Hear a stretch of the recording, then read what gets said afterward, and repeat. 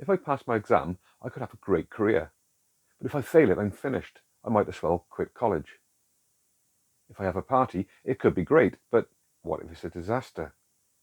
Was that chest pain nothing or a heart attack? This type of thinking is common in anxiety, and it's been referred to as polarized thinking, all or nothing thinking, or black and white thinking.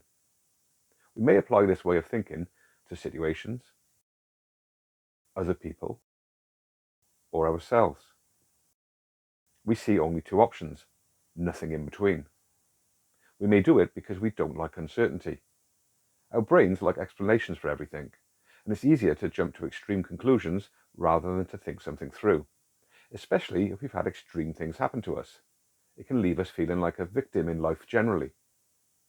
This thinking error is also quite common in perfectionists, who might see getting a B grade in their exam as a failure, because it has to be all or nothing. Polarized thinking can also affect relationships, because we only see the other person's point of view as right or wrong. We might interpret someone's actions as malice, when maybe they were just not thinking of how their actions affect us. It's not surprising that we think in a polarized way when we live in an ever-increasingly polarized world.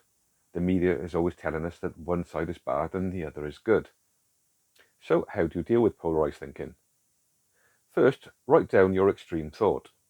Now write down something on the opposite end of the spectrum. It doesn't matter how ridiculous it is. Now cross both of these out because they are both extremes, and try to come up with at least two possibilities that sit somewhere between. If you feel unwell, your mind naturally wants an explanation. But if you are prone to all or nothing thinking and health anxiety, it will immediately jump to extreme conclusions, like a heart attack. So again, write down the extreme options. When it comes to health, there are so many possibilities. It probably wasn't your imagination, but it probably wasn't a heart attack either. There are so many other things that can cause chest pain: indigestion, muscle tension, or muscle injury from lifting. And there are lots of ways that anxiety can cause chest pain, which I explain in my 20 anxiety symptoms video, which I will link at the end. Look out for your most common all or nothing thinking. If you keep saying people love me or hate me, test it. Name 10 random people you know, put them into groups, which ones are close friends, which ones you occasionally chat to but they haven't become close friends, and which ones have you actually fallen out with. We all fall out with people at some time in our lives. Let's look at failing your exam. Is the end of college, your career, and life really the only other possibility? When I was 18 years old, I failed most of my engineering exams.